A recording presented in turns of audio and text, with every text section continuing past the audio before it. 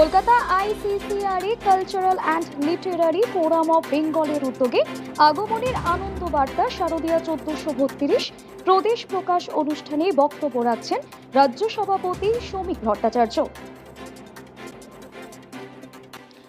আজকের দিন তো মহালয়ার দিন, শুভ অশুভে বিতর্কের কোনো প্রশ্ন নেই।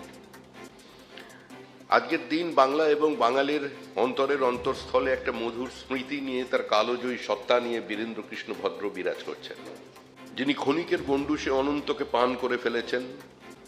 কোনো আধুনিকতা, কোনো ফেসবুক, কোনো সোশ্যাল মিডিয়া তার এই দুর্নিবার আকর্ষণকে বেঁধে রাখতে পারেনি নিজেদের মতো করে। আজকে মহালয়ার দিন, মহা তৃতীয়া, মহা চতুর্থীও এখন এসে গেছে। তা দেখুন, মানুষের আবেগকে তো বেঁধে রাখা যায় না। মা দুর্গার এই দুর্নিবার আকর্ষণ এমনই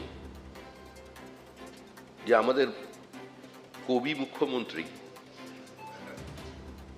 তিনি তার নিজস্ব সত্তা দিয়ে আজকে তিনি একটা কালকে উত্তরণ করে গেছেন, পিতৃপক্ষে দুর্গাপুজোর উদ্বোধন করে দিয়েছেন।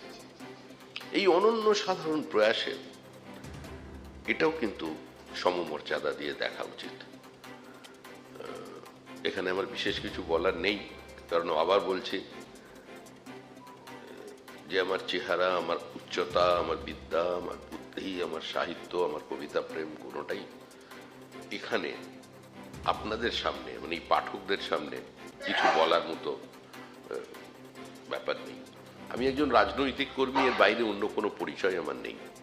আমাদের এই পশ্চিমবঙ্গে আমরা বিভিন্ন সময় বিভিন্ন মোমবাতির মিছিল দেখি, যে কোথাও যেন মানুষের মত প্রকাশের অধিকারটা বাজেয়াপ্ত হয়ে যাচ্ছে। আর যেটা হচ্ছে সেটা সব পশ্চিমবঙ্গের বাইরে হচ্ছে। যা হচ্ছে তা গোবলয়ে হচ্ছে, হিন্দিভাষী রাজ্যে হচ্ছে। যা হচ্ছে তা গুজরাতে হচ্ছে।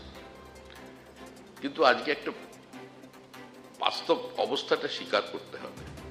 আপনি যদি তামিল সাহিত্যকে সম্পূর্ণ বাইরে রেখে ভাষা সাহিত্যের চর্চা শুরু করেন, আমার মনে হয় কোনো গণ্ডমূর্খ সেটাকে স্বীকার করবে না। আপনাদের জীবন জীবিকা আপনারা কোনো সরকারের অনুগ্রহে বা দয়া দাক্ষিণ্যে আপনারা চালিয়ে নিয়ে যাচ্ছেন না। আপনাদের মেধা, আপনাদের প্রতিভা, আপনাদের লেখনী আপনাদের সমাজে যে নির্দিষ্ট অবস্থান আপনাদের এনে দিয়েছে, তাই আপনাদের মধ্যে দিয়ে একটা পরিবর্তনের সূচনা হবে।